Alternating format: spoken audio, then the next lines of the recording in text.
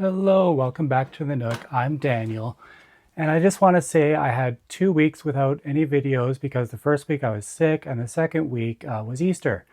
So now I'm back and I'm going to be reviewing Little Men by Louisa May Alcott, which is the second book in this series. And I will say leave a comment if you know the name of this series, because I know the names are Little Women, Little Men, and Jo's Boys, but I don't know the series name. So if you know, please leave a comment.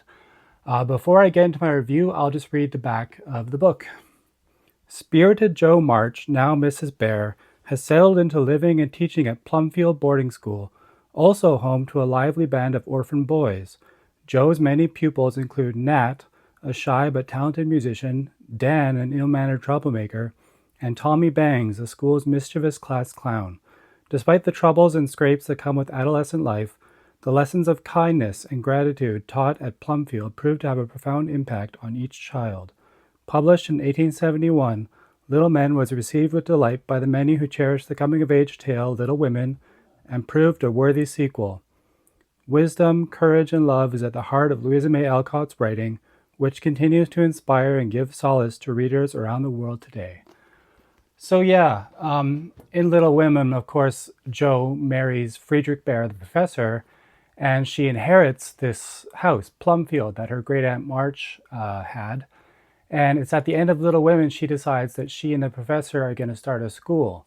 So Little Men is a very good book. At this point, I've read Jo's Boys as well. So my next review will be Jo's Boys. And Little Men's very good. It's focusing a lot on these troubled boys that come into Jo's school. And Jo also has her children with Mr. Bear. She has Rob and Teddy, who are her two sons. And one of the first boys you meet is a young boy named Nat. He was kind of living on the streets. I believe he's an orphan. And Nat is very good with playing the fiddle. So he's made money playing the fiddle on the streets. And it's just a beautiful story of family. Once again, kind of like Little Women, except this is the found family of these boys at this school. And you just see that Jo, her character is really great in this story because she loves these boys.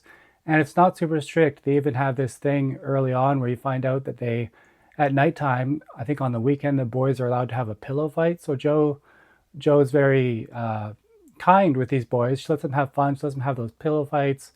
She lets them go on adventures, and it's a really good story. So a lot of it you're learning about Nat. There's Tommy Bangs, who's kind of as it said in the back description, the class clown.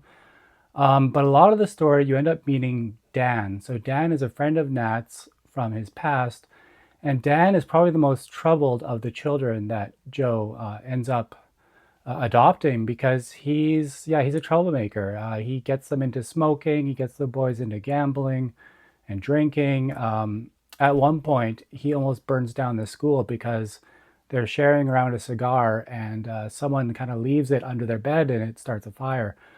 So just like with Little Women, this is a very family-focused story. In this case, it's focusing on these students, these little men, as the story is called, these students who are at this school and just kind of their lives with Jo and with Friedrich. There are recurring characters like you hear about Teddy, that's Theodore. Laurie, of course, from Little Women, his name's Laurie. And of course, he's married to Amy and they have their child. And Teddy actually shows up quite a bit because he's such good friends with Jo and Friedrich. And Teddy kind of is there to help out Jo with the school. And it's a lot of really good, it's really a good story. Like I said, it's about family, and you really see the bond that these boys have with each other. And what's really cool is Dan.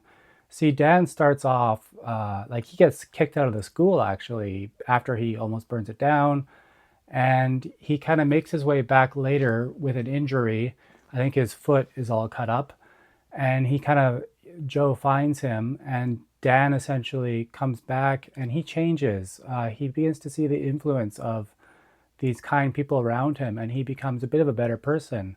And you will see more of Dan a lot older in Jo's Boys. I'm really excited to review Jo's Boys because it's very different. Jo's Boys is kind of more the story of when they're all grown up, but I'll get to that in that review.